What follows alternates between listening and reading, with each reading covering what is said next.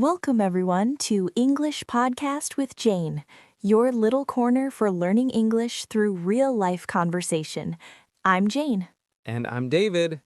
Okay, I feel like this episode was made for me specifically. Like someone looked at my life and said, yeah, he needs this one. Why? What happened? So last week I was watching an American TV show, no subtitles, trying to be brave, and I understood maybe 40% of it. The rest was just sounds, fast, blurry sounds. Oh, I know that feeling so well, and that is exactly what we're talking about today.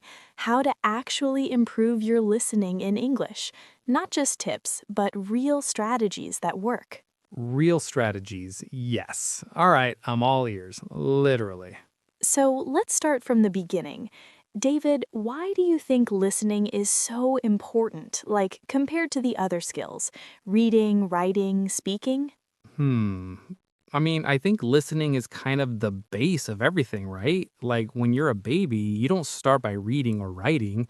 You just listen for months and months. You hear sounds, patterns, rhythms, and then one day words start to make sense. Exactly.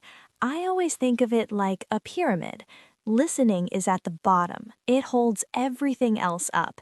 If your listening is strong, your speaking gets better, your pronunciation gets better, even your grammar gets better because you start to feel what sounds right.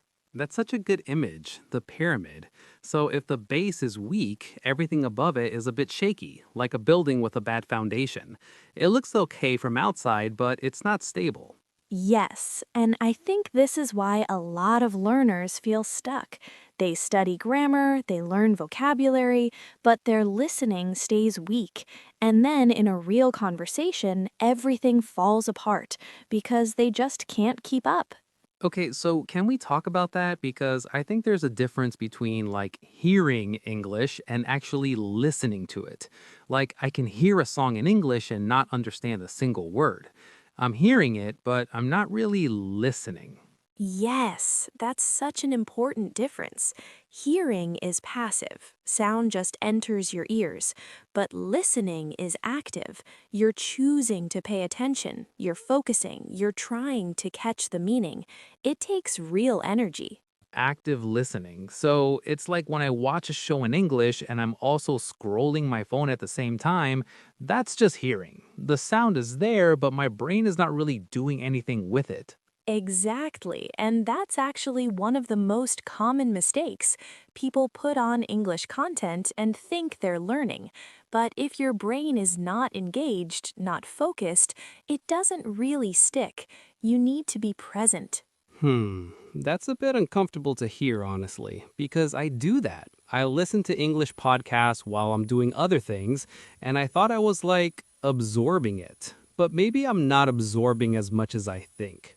Well, there is some benefit. Even background listening helps you get used to the rhythm and sounds of English. But for real improvement, you need focused sessions too. Even just 10 or 15 minutes of really paying attention makes a big difference.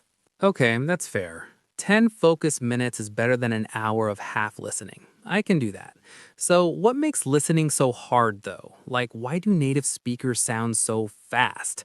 I know they're not actually speaking faster than I can process, but it feels that way. Oh, this is such a real thing. A few things are happening. First, native speakers connect words together. They don't say, do you want to? They say something like, do you wanna? And if you only learned the written form, you don't recognize the spoken form at all. Oh, wow, yes, that drives me crazy. Like, I know all the words individually do, you, want, to. I know them all. But when they're all squished together and said fast, it's like a completely different language. My brain can't match it. And then there are accents. British English, American English, Australian, Irish, Indian, they all sound very different. If you've only practiced with one accent, hearing another one for the first time can feel really confusing.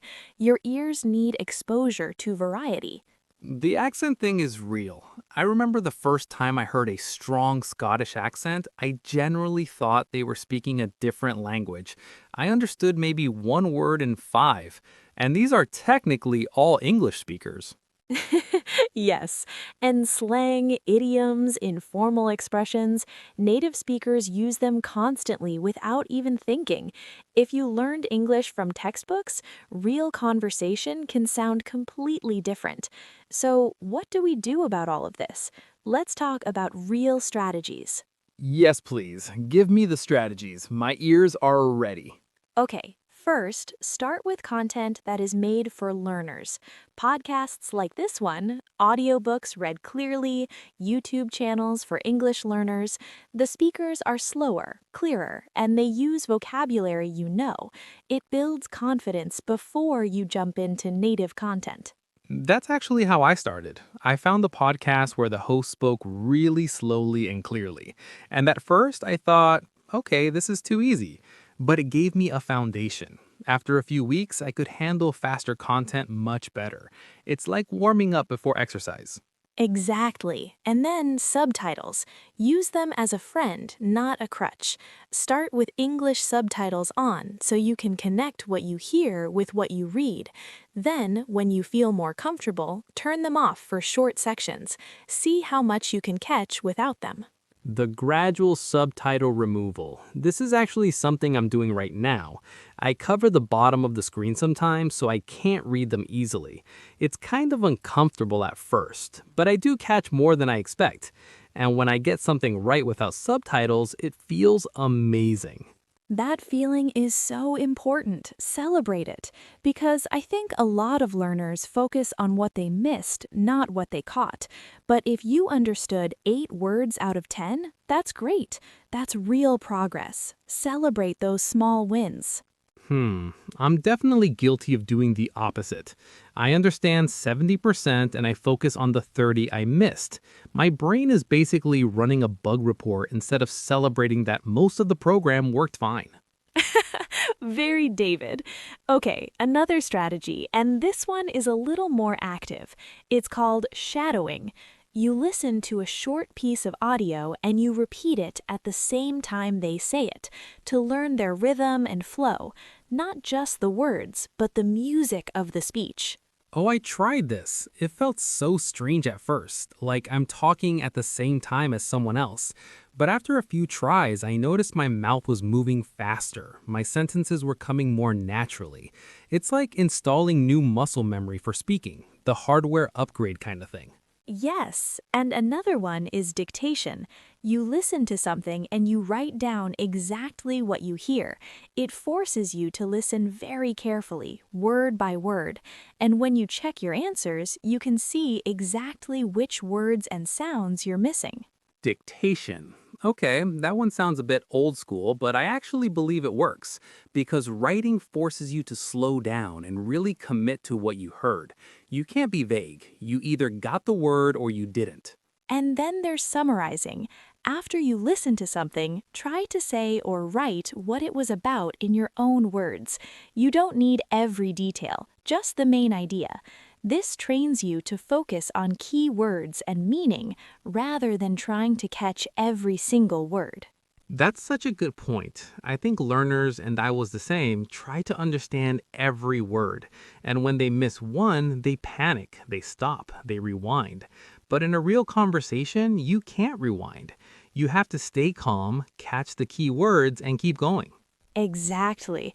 And speaking of real conversations, don't be afraid to ask for clarification. If you don't understand something someone said, just say, "Sorry, could you say that again?" Or, "I didn't quite catch that." Native speakers do this too. It's completely normal. Right. And I think the big mindset shift is stop trying to be perfect. You will miss things. Even fluent speakers miss things. The goal is to get the meaning, to stay in the conversation, to keep going. Every time you do that, your ears get a little stronger. Every single time. And be patient with yourself. Listening is honestly one of the hardest skills to improve because you can't control the input, the speed, the accent, the vocabulary, but the more you expose yourself to English, the more your brain learns to handle it. It just takes time and consistency. Okay, and now it's time for everyone's favorite part, word of the day. 5 words from today's conversation that will really help you talk about listening and learning. 5 words, and I feel like I actually used all of these today without realizing. Growth. Word number 1, active. When you are active in doing something, you are fully engaged. You give it your full attention and energy. For example, I try to be an active listener when my friend talks. I put my phone down and really focus. Active, not passive, not half there, fully in it. Yeah, this is the word I need to stick on my wall. Word number 2, comprehension. Comprehension is your ability to understand something you hear or read. For example, my listening comprehension improved a lot after I started watching English shows with English subtitles. Comprehension. It sounds like a big serious word, but it just means, did you understand it? Simple, useful. Adding it to my vocabulary immediately. Word number 3, shadowing. Shadowing is a practice technique where you repeat or copy what someone says at the same time they say it to learn their rhythm and flow. For example, I do 5 minutes of shadowing every morning. I copy a podcast host and try to match their speed. Shadowing. It sounds like something from a spy movie, but it is genuinely one of the best things I ever did for my speaking.